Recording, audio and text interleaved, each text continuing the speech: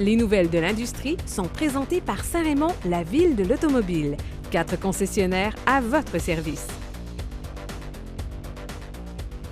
Nous voilà de retour, c'est maintenant le temps des nouvelles de l'industrie avec Marc Bouchard. Alors Marc, quelques nouvelles de l'industrie. Tu commences avec quoi? Avec l'Aston Martin. Oh! Aston Martin Vantage qu'on a présenté cette semaine, une voiture qui est probablement une des plus belles de l'histoire de la compagnie. C'est magnifique. Avoue là, que comme c'est un coupé 2 places, on dit évidemment que ça s'adresse littéralement aux acheteurs de Porsche 911 Turbo. Une voiture qui est magnifique. Il faut dire que j'ai toujours aimé le design d'Aston Martin. Bagatelle, c'est le même moteur. En fait, c'est presque le même moteur que la DB11. Moteur V8 biturbo, 4 litres, 510 chevaux. Quand même, un petit détail. Évidemment, 0-100, 3,6 secondes. C'est assez spectaculaire aussi. C'est amplement suffisant. Vitesse maximale, 315 km/h, ce que on ne saura jamais de toute façon. Non. Mais un prix de départ de 172 495 $. C'est quand même intéressant. Bien, pour une Aston Martin, c'est quand même intéressant. Le 911, on l'équipe un petit peu, puis c'est pas loin qu'on est au-dessus de 150, 160. De toute façon, la défonce turbo, c'est à peu près ce prix-là, de toute façon, dès le départ. Donc, on arrive vraiment avec un véhicule de haute performance. La particularité, c'est un moteur AMG qui est fait par Daimler, qui se retrouve sous le capot de ce véhicule-là. Donc, un moteur qui est assemblé à la main, comme tu le sais. C'est un homme, un moteur. Donc, on est vraiment là, dans un véhicule de très, très haute performance. Les commandes sont ouvertes. Si jamais ça t'intéresse, tu peux laisser ton dépôt. Non, j'ai déjà commandé un camion poids lourd de Tesla. Exactement. Ouais, c'est moins cher un peu, c'est juste 5 000 de dépôt. Du côté de Lincoln, on nous a présenté le MKC 2019. Et là, j'aurais presque envie de te lancer un défi et de me dire, essaye de trouver les différences entre le nouveau et l'ancien.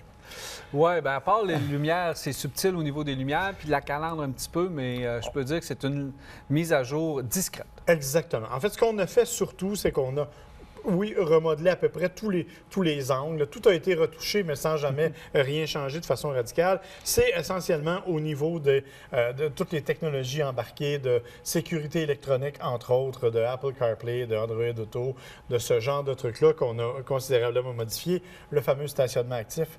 C'est-à-dire ce genre de véhicule-là qui se stationne sans que tu aies besoin de rien faire ou à peu près. C'est 2 fois plus long de se stationner, mais il reste... Oui, mais c'est sûr que dans le centre-ville, tu te fais un peu klaxonner. Mais ceci étant dit, ça te permet de sortir maintenant, pas juste de rentrer. Alors, c'est quand même un avantage. Toujours 2 moteurs, bien entendu, le 2,3 litres et le 2 litres qui sont toujours disponibles pour ce véhicule-là. C'est donc, et bien sûr, le fameux... ça s'appelle le Way Lincoln, qui est en fait l'espèce d'application. Tu sais, tu as Ford Pass et tu as Way Lincoln. C'est une application pour laquelle tu payes mensuellement, mais qui te sert de démarreur à distance, d'outils diagnostiques à distance, de déverrouilleur à distance.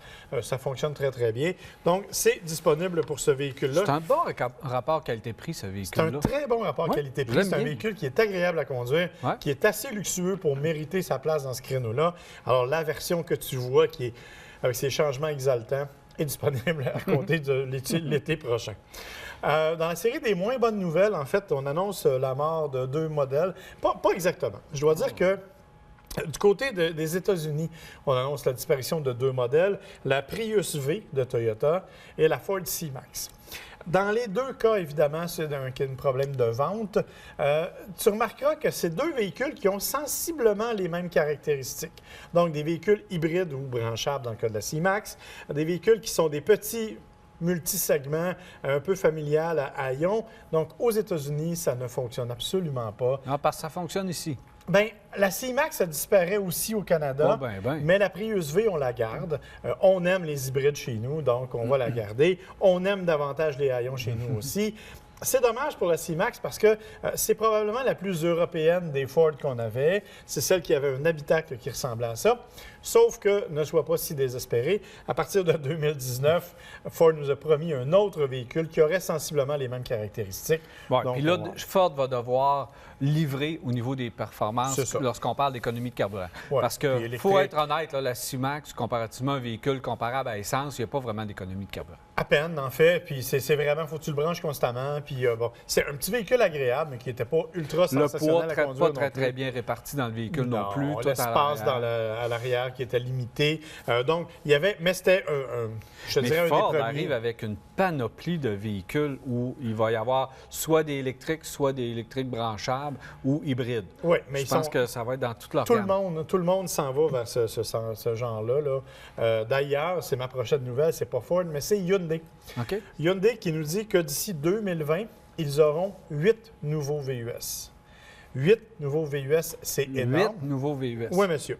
Ça va se recoupler, là. Il y en a un par-dessus l'autre, parce que en fait, il y a différentes versions. On parle de version diesel, on parle de version électrique, de version hybride branchable, de moteur à essence. Donc, on parle de 8. Et bon, le premier de ça, c'est celui-là, c'est le fameux Kona, qui va arriver bientôt, qui, moi, je trouve absolument magnifique comme petit véhicule. Il ressemble à une Elantra GT un peu boostée. Un Jeep Cherokee aussi. Oui, si on veut, à cause des lumières à l'avant, là, mais la grille, c'est là-dessus, est pas mal plus belle. Bref, sauf que là, on nous promet que d'ici 2020, ce sera 8 sur le marché nord-américain. Attention, on ne parle pas d'un marché strictement européen, là. On parle aussi du marché nord-américain. Donc, c'est assez imposant comme affirmation parce que tu comprendras que oui, on comprend, on en achète des VUS, là, mais peut-être qu'à un moment donné, comme tu dis, ça va se répéter un peu d'une marque à l'autre. Bien, ça va s'entrecroiser, ça c'est certain, au niveau des créneaux, là, je pense, mais on veut être dans le marché des sous-compacts, donc des très, très petits SUV, aller jusqu'au plus gros. Appelle les A, là. Possiblement qu'on va en avoir un peu plus gros que le Santa Fe, donc j'ai hâte de voir. Et probablement qu'on calcule là-dedans aussi la refonte du Santa Fe qui s'en vient. Daniel, je t'ai trouvé une casquette. Hein? Une magnifique casquette faite exprès pour toi. Ben voyons donc. Comme tu peux la voir. Hey! Elle n'est pas très jolie, j'avoue. Ben là, donne-moi une chance. C'est une casquette qui a été développée par Ford Brésil pour les chauffeurs de camions.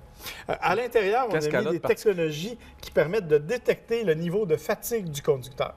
Ben voyons. Oui. Alors, selon le niveau de fatigue, tu vas avoir des vibrations, des sons, de la lumière qui vont clignoter. Ça va enregistrer ça, bien sûr.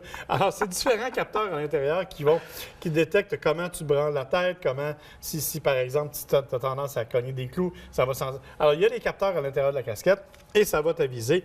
Pour le moment, c'est encore un prototype. Ça a été fait, comme je te l'ai dit, pour les conducteurs de gros camions au Brésil. Mais on est en train de faire homologuer la dite casquette. Ça fait que si tout va bien l'an prochain, tu vas pouvoir t'en acheter une, en espérant honnêtement qu'elle va être un peu plus jolie que ça. C'est pas incroyable.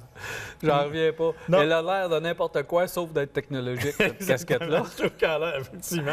Et un petit conseil, essayez donc d'être original au niveau des couleurs, de la faire un petit peu belle, vous allez avoir plus de succès. Oui, effectivement. Mais en fait, pour le moment, c'est surtout l'aspect technologique, l'aspect pratique de la casquette qui est intéressant.